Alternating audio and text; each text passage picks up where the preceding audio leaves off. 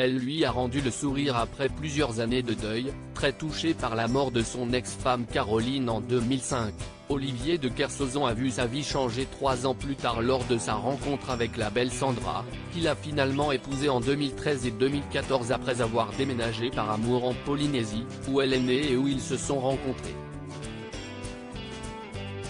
Une femme plus que jeune que lui et qui reste très discrète aux côtés du navigateur de 78 ans, membre des grosses têtes, posant rarement avec lui devant les photographes, elle préfère rester tranquille dans ces îles de l'autre bout du monde, où le navigateur, récemment atteint d'un cancer, a finalement trouvé la paix.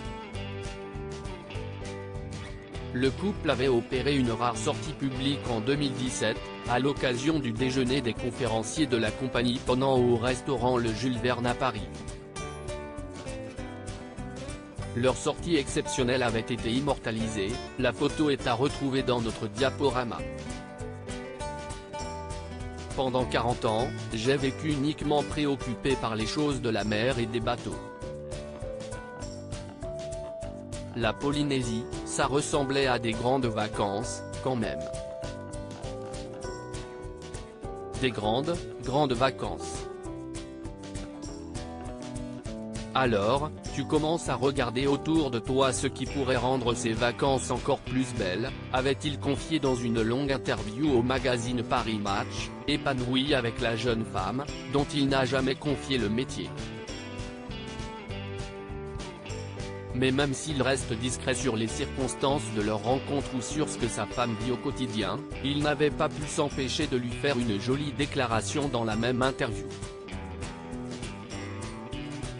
Si tu as la chance de rencontrer quelqu'un avec qui une expérience aussi démente, car si est dément, est possible, à mon avis, il faut la tenter, avait-il continué au sujet de celle qui aurait, selon lui, un don pour le jardinage.